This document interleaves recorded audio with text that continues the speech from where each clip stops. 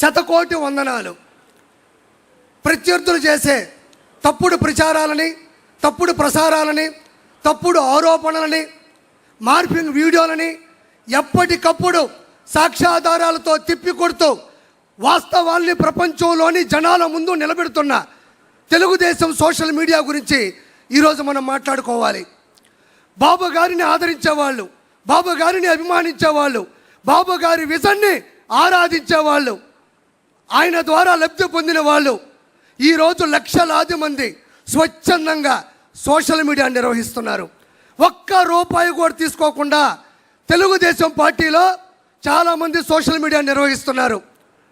వాళ్ళు వాళ్ళ పని చేసుకుంటూనే ప్రత్యేకమైన సమయాన్ని కేటాయించుకుంటూ దినచర్యలో భాగంగా కొంతమంది అయితే మాకు ఒక్క రూపాయి కూడా వాళ్ళు ఇవ్వక్కర్లేదు, బాబు గారి ద్వారా 2 లక్షల రూపాయలు నేను ఈరోజు వర్క్ ఫ్రమ్ హోమ్ ద్వారా సంపాదించుకుంటున్నాను, ఆయన చేసిన మంచి వల్ల నేను బాగుపడ్డాను, నా మాట ఈ ప్రపంచానికి మంచిగా వెళ్ళాలి అని చెప్పుకునే వాళ్ళు ఎంతమందో చాలామంది ఉన్నారు.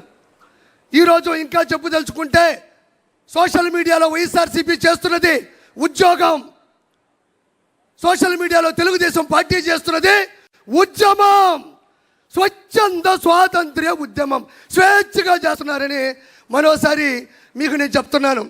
వాళ్ళు విచ్చలవిడిగా ప్రసంగాలు చేసినా, అతను ప్రసంగా మాట్లాడినా, సోషల్ మీడియాలో దారుణాతి దారుణమైన పోస్టులు పెట్టినా, ప్రెస్ మీట్లు పెట్టినా, బూతులు మాట్లాడినా, అవమానించినా ఏ ఒక్కరూ మన వాళ్ళు సంయమనం పాటిస్తున్నారు తప్ప తిరిగి ఆ విధంగా ప్రవర్తించట్లేదు. దానికి ఉదాహరణ నేనే. నా భార్య ఓయోలో దొరికింది, ఏరే వాళ్ళతో ఉంది అని దుష్ప్రచారం చేసి ఆర్టికల్ను చిత్రీకరించి పెడితే నాకు కోపం వచ్చి మాట్లాడదాం అనుకున్నా. కానీ మా నాయకుడు వెనక నుంచి అటు కొట్టాడు.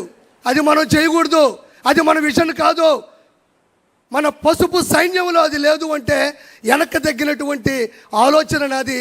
ఇది ప్రత్యక్ష ఉదాహరణ.